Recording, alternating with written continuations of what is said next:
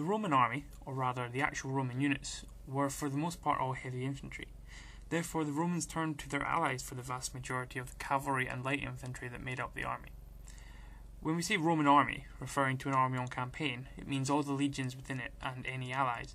Generally, when the Senate raised an army before the Marius Reforms, it was only one legion, unless it was commanded directly by a consul, in which case it contained 2 legions. These were supported by what were referred to as the alas, or allies, pretty much the equivalent of a Roman legion in size, but made up of various different types of allied soldiers.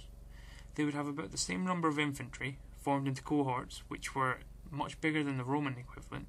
The ally would have significantly more cavalry than the Roman legions.